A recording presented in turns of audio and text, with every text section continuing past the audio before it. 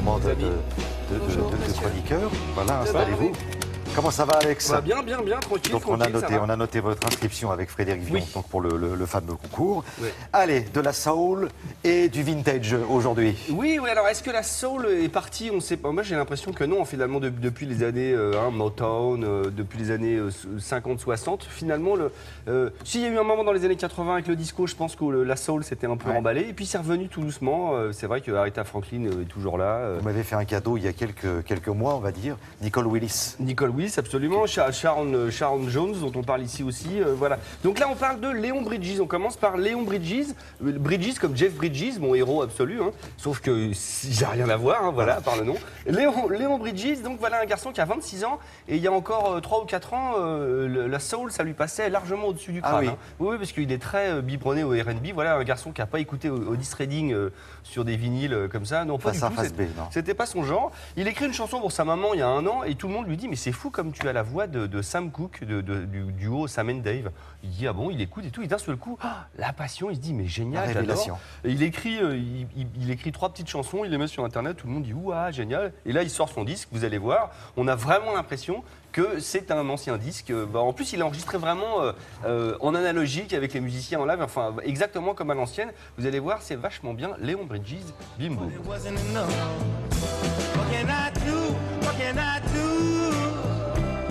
To get back to your heart, I'd swim the Mississippi River if you would give me another start, girl.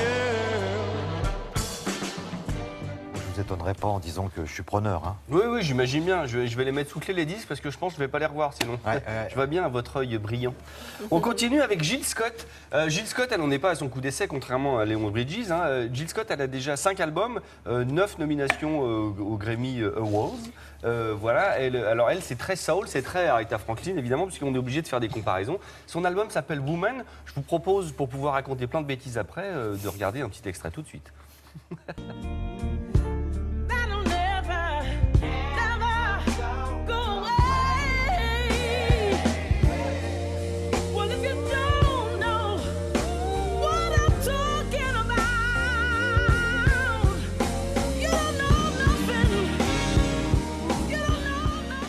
Alors, je ne vais pas vous étonner, le mec, il est en train de rafler tous les disques. Ça j'adore. Hein. Ouais. Celui-là, je n'ai pas pris, la boîte est vide, hein, par contre. Ah, non, bah oui, je vous connais, je connais le... Bon, c'est vrai qu'on ça nous rappelle Aretha Franklin, enfin voilà, on est dedans, là.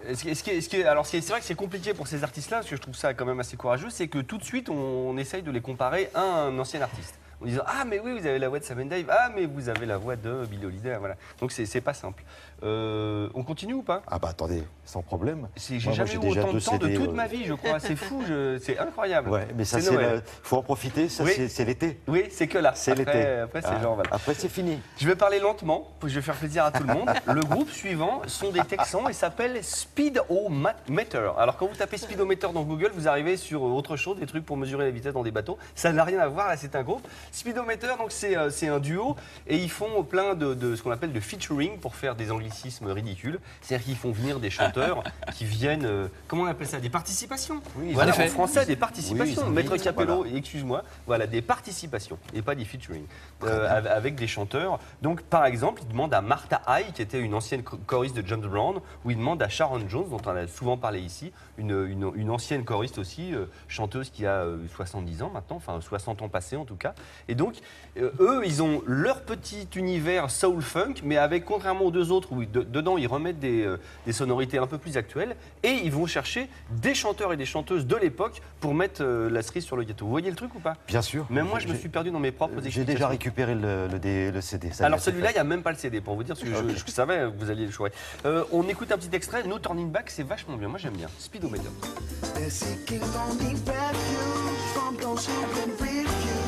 Asking cause they have to, not because they want to. No turning back. Voilà la petite sélection d'Alex Jaffray. Léon Bridges, ça c'est bon, c'est fait. Jill Scott, c'est bon. Voilà, Speedometer. Speedometer, voilà. En un seul mot. Pour bien commencer la rentrée. Voilà. Exactement. En plus, ça sonne un peu l'été. Je trouve le dernier Speedometer, on peut encore l'écouter au dernier rayon de soleil. Merci beaucoup, Alex. Gros bisous. Et à très très bientôt. On va